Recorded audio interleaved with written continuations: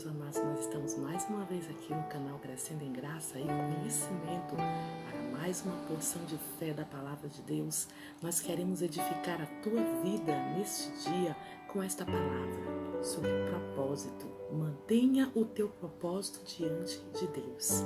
Livro de Daniel, capítulo de número 6, versículo de número 10, está escrito: Daniel, pois quando soube que a escritura estava assinada, entrou em sua casa e, ora, havia no seu quarto janelas abertas para a banda de Jerusalém. E 3 vezes no dia se punha de joelhos e orava e dava graças diante do seu Deus, como também antes costumava fazer. Aqui nós encontramos, amado, um episódio da história da vida de Daniel, quando o rei Dário deu um decreto a respeito de que ninguém poderia adorar o seu reino durante 30 dias a outro Deus a não ser a ele. E diante deste decreto, a palavra de Deus nos diz aqui que quando Daniel soube, quando ele teve conhecimento desses fatos, isso não alterou o seu propósito diante de Deus. Daniel tinha propósito com Deus, Daniel sabia a quem ele servia, e isso não mudou diante do decreto do rei. Isso nos ensina muita coisa, amados. O que nós temos feito diante das situações? Temos mudado o nosso propósito diante de Deus? Porque tem gente que, por conta das circunstâncias, por conta das coisas que estão acontecendo no nosso mundo atual, simplesmente esqueceram do propósito. Lembre-se, você tem um propósito com Deus.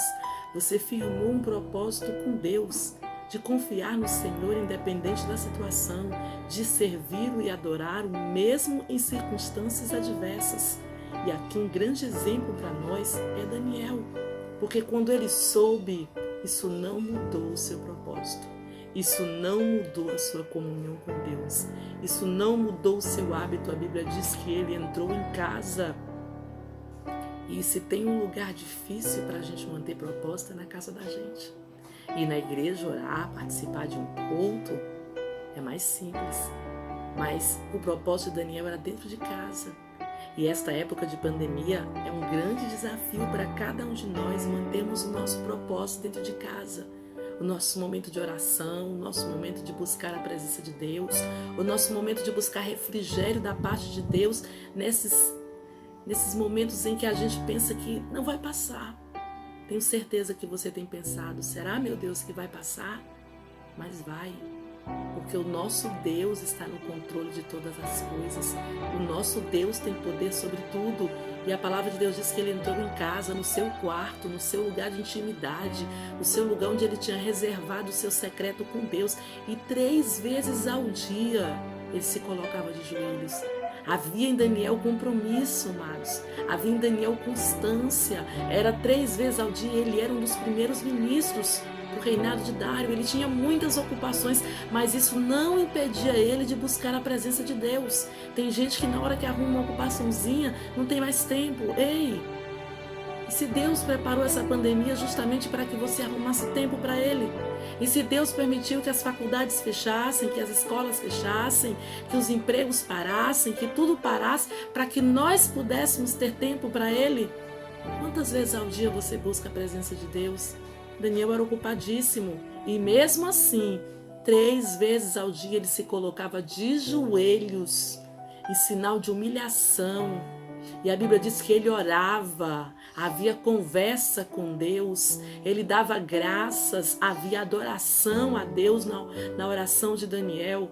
E ainda diz como antes, ou seja, ele não fazia isso só na época da dificuldade, ele tinha tempo para Deus, independente da situação, como antes costumava fazer. Era um hábito de Daniel estar na presença de Deus. Ele não tinha pressa para sair da presença de Deus, ele tinha tempo para Deus. Ei, amado, amada, arruma tempo para Deus, porque esse tempo que Deus nos deu agora não foi para outra coisa, foi para mostrar que tinha tempo, foi para mostrar que Ele quer o nosso tempo, foi para mostrar que Ele, aleluia, é o dono de todas as coisas. O que eu acho interessante é que Daniel fez isso como antes costumava fazer. Ou seja, Daniel não disfarçou. Quem sabe, por causa do momento difícil que Daniel estava enfrentando, afinal de contas, o decreto dizia o quê? Que se você não adorasse somente a Dário. Se você adorasse a outro Deus, você seria lançado na cova de leões. Daniel poderia ter dito: Deus, eu não vou mais orar lá no meu quarto, eu vou orar dentro do banheiro. Eu vou orar só no coração, só na mente, para ninguém ver. Não.